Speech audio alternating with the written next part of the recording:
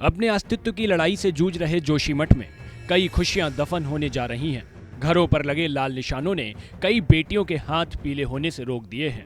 ये ज्योति हैं। मार्च में इनकी शादी होनी है। ज्योति ने दुखी होकर रुंधे गले से जो कहा वो हर आंख गीली कर देगा। ज्योति के मुताबिक हर लड़की का सपना होता है कि विदाई उसके घर से हो, लेकिन लगता है कि मेरी डोली मेरे घर से नहीं उठ पाएगी। नहीं, एक्चुअली हमारा घर जो है वो पिछले साल से ही मतलब ऐसा होना टूट फूट होना शुरू हो गया था। हम लोगों ने नगर पालिका में भी फोटो वगैरह बहुत मतलब चीज़ें जो होती है वो दी, लेकिन वहाँ पर से भी कोई एक्शन नहीं लिया गया।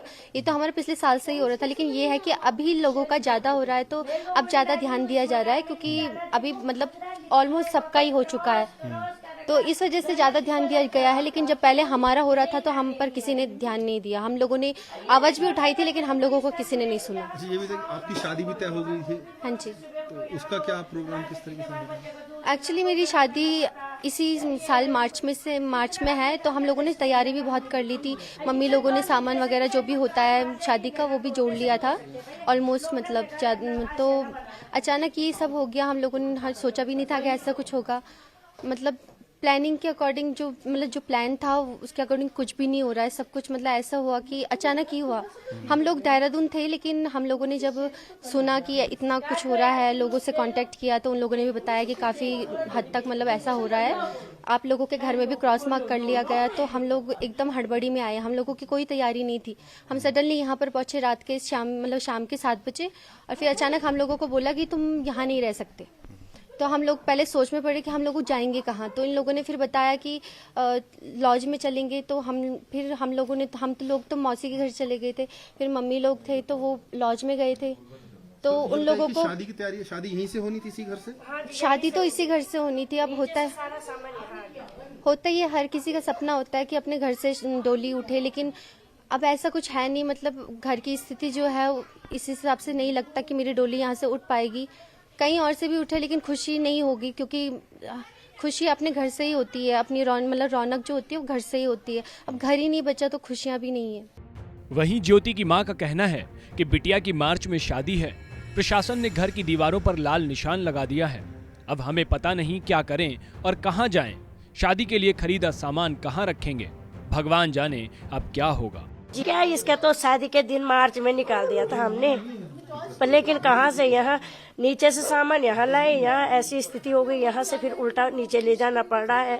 हमने बोला जो थोड़ा बहुत इसके शादी का है उसको नीचे सेफ्टी पे कहीं किसी के घर में तो रख दें। इतना एक ट्रक सामान के लिए इतने कमरे भी तो चाहिए, कम थोड़ी नीचे होता है एक ट्रक सामान।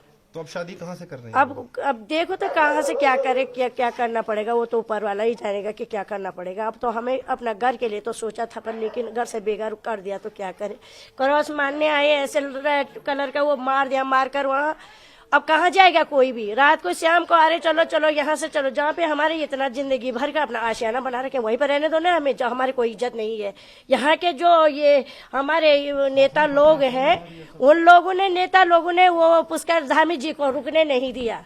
जो हम लोगों ने बनाया, जिनको कंपनसेशन देंगे, आप मुआवजा देंगे आप लोगों को? जी कुछ नहीं चाहिए हमें उनका मुआवजा कुछ नहीं देने वाला। जो वो कुछ देने वाले नहीं, जब हमारे सुनने वाले नहीं है तो देने वाले को कहाँ से देंगे।